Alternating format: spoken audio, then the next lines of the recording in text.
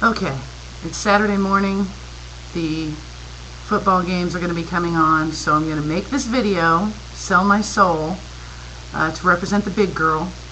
And I'm going to talk about the Electoral College. I have a degree in political science. It's something that I understand. I'm going to try and make it as simple as possible because I know a lot of people don't really get it or understand it or even care to really. So I'm going to talk about Electoral College. Enjoy, pay attention. Oh God, here we go. Until November 2000, it was almost impossible for people to really pay attention to the Electoral College. But it was in the 2000 presidential election, Florida's electoral vote hung in the balance for weeks with George W. Bush. Although he had fewer popular votes than Al Gore, he did win the presidency. So I'm going to give you some essential facts. Each state gets electoral votes equal to the number of its senators and representatives. The District of Columbia also gets 3, even though they have no representatives in Congress. There are 538 electoral votes, and to win, a candidate must receive at least half or 270. In all but 2 states, the candidate who wins the most popular vote wins all the state's electoral votes. Maine and Nebraska have a different system. They allow electoral votes to be split by awarding some votes on the basis of candidate's statewide total and some on the basis of how the candidate did in each congressional district. The winner-take-all system in effect in about 48 states makes it possible for candidates to win at least 270 electoral votes without winning a majority of the popular votes.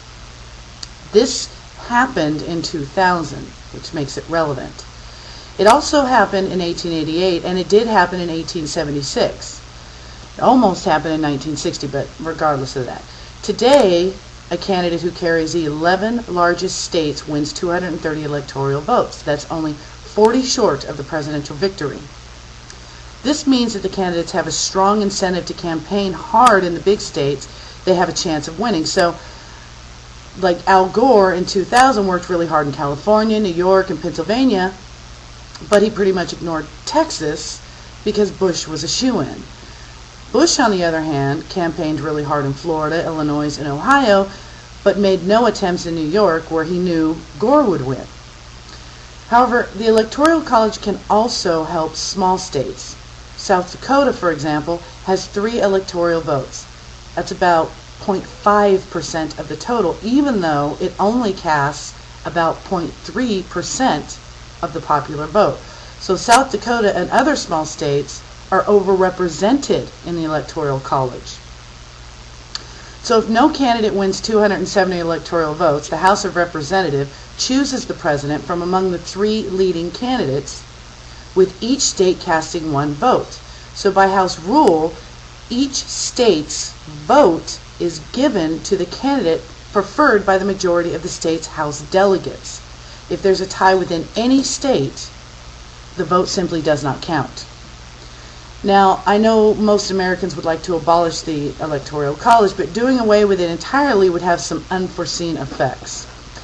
If it relied solely on the popular vote, there'd have to be a runoff election between the 2 leading candidates if neither got a majority, because of a third-party candidate kind of ciphering off the votes.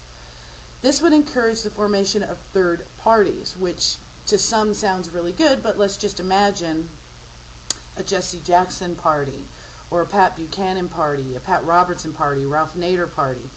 Each third party would then be in a position to negotiate with one of the 2 major parties between the first election and the runoff for favors it wanted in return for its support. So the American presidential politics might start looking more like a multi-party system that you would find in like France or Italy. There are some other changes that can be made. The states could adopt a system of allocating their electoral votes in proportion to their popular vote.